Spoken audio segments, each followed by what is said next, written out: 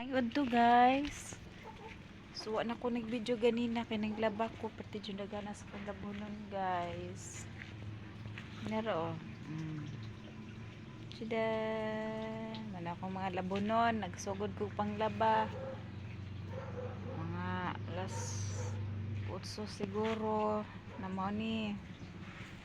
Tapos nara ang gipanglabahan karon jud ko nahuman kay nangurtina pa ko sa akong sulod agahapon nanglimpyo ra ko gahapon atong sa kadlaw day ko nang limpyo ug karon nangurtina na lang pod ko mara ako ang sulod sa akong balay gikortinahan giilisan nako og kortina. Mara guys.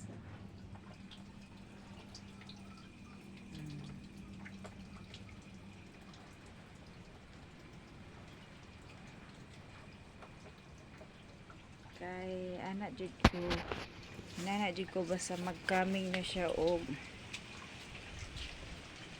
December bagong tuig magpasko na magapas na ko basig mabdan ko bagong tuig malihan ko daghang labhonon diba para pag pasok sa sunod tuig na dahil labhonon lang gyapon murag gyapon siguro wa tay labhonon wag di lang tabag sinina ani para wa tay labhonon tapulan lang gid gay ko manglaba na akong labhonon magtapon og gayod patiging labhonon pagka maglaba pilunon na pod nag-abot akong pilunon akong labhonon sa ugma puhon manglaba ko ugma puro kortina ug habol na lang kay wala na ko yung mga sinina nga labhonon. Diyos ko Lord panabangan.